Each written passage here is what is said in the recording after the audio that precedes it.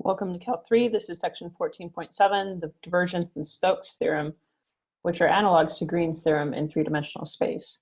So the divergence theorem in three-dimensional space is a way of using the divergence to find flux across a surface.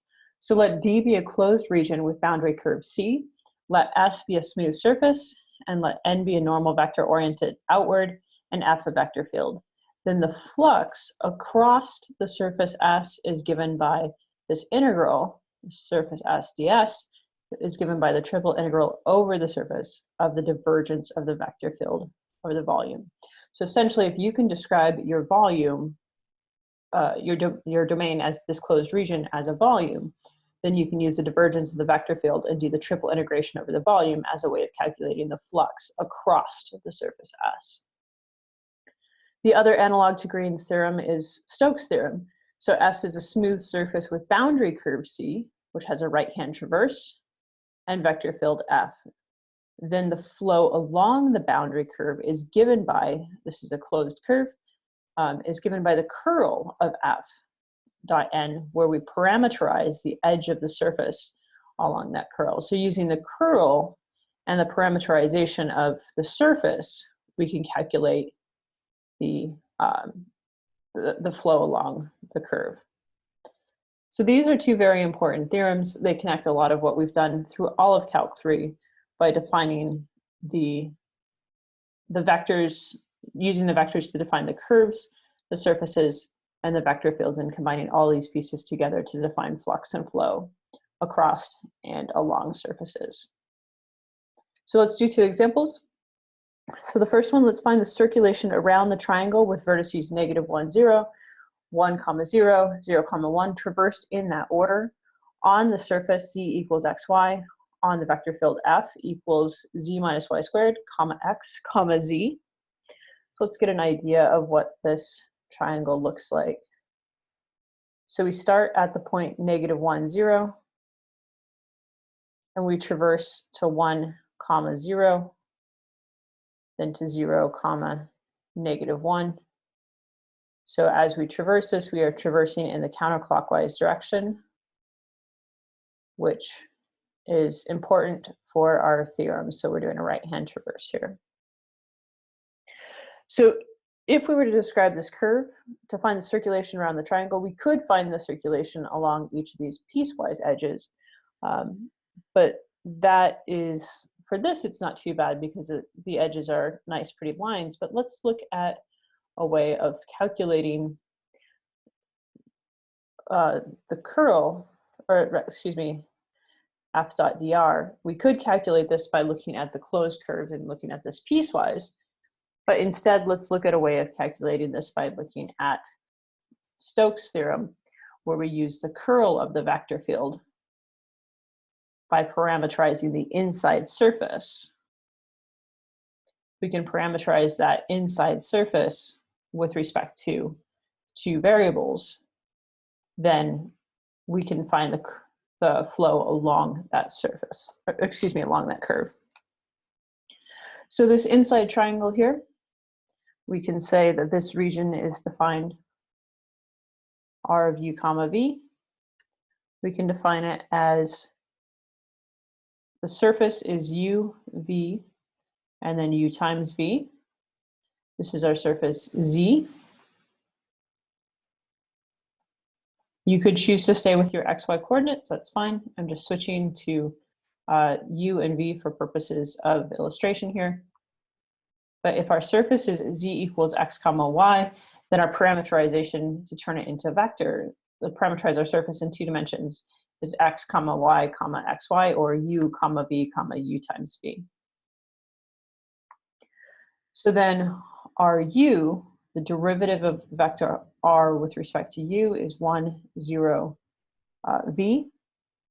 The derivative of the vector with respect to v is 0, 1, u.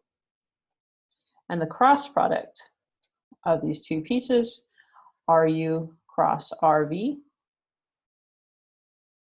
is equal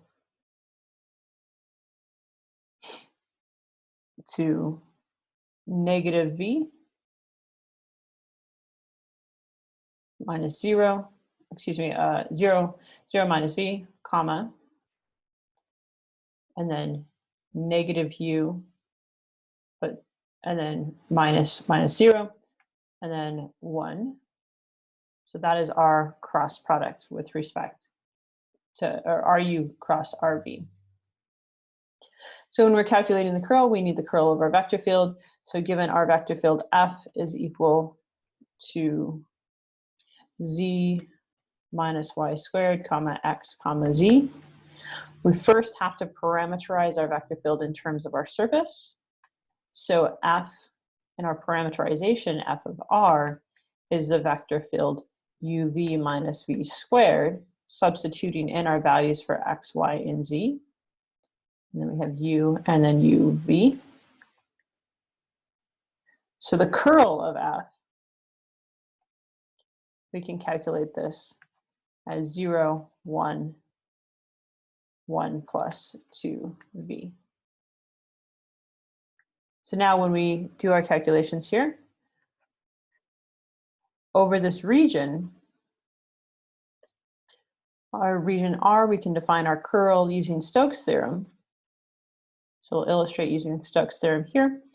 We have the curl 0, 1, 1 plus 2v dotted with negative v, negative u, 1 dA. So over our region, which we've yet to define our bounds, we get negative u plus 1 plus 2v dA. So when we're considering our region x and y, here, if we think about what our region looks like, let's go back up to our triangle. These bounds here, if this is our u-axis and this is our v-axis, then this line here is v equals u plus 1, and this line is v equals 1 minus u. So if we draw our bounds, our rectangles horizontally, then we integrate from u goes from negative 1 to 1. V goes from our lower bound of 1 plus u to our upper bound 1 minus u. Negative u plus 1 plus 2v dv du. Again, you can choose to keep your x and your y in place of u's and your v's here. And from here, this is easy to evaluate. And I'll leave that to you to evaluate. But the key point here is that instead of calculating the curl, the circulation along the curve by calculating the circulation on each of the pieces and adding the pieces together, we use the curl of the vector field and parameterize the surface in terms of two variables, and then took that dot product and integrated over that dot product to find the circulation around the triangle itself. So we can go ahead and do another example. So let's find the flux over the surface S formed by the set z equals 0, z equals x squared minus 1 times y squared minus 1, and the vector field F equals the vector x squared plus 1, comma y times z, comma x times z squared. So we're looking for flux. So when we're looking flux over a three-dimensional surface, we can use the divergence theorem. So the divergence theorem says that we can look at the three-dimensional, three-integral vector of the domain D of the divergence of F as long as our domain is bounded. So we look at the set z equals 0 and z equals x squared minus 1, y squared minus 1. So this looks like a paraboloid that's capped. And so we get z equals 0. So this is a closed bounded region.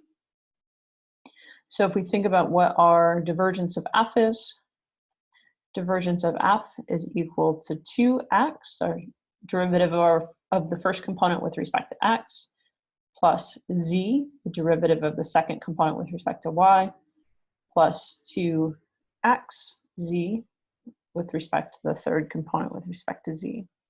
And our bounds, z goes from 0, these values are always positive, over the surface. So z goes from 0 to x squared minus 1, y squared minus 1. Y is an element of -1 to 1. We set where the upper bound of z equals 0, then we get y is plus or minus 1, and x is also plus or minus 1. So we get those bounds.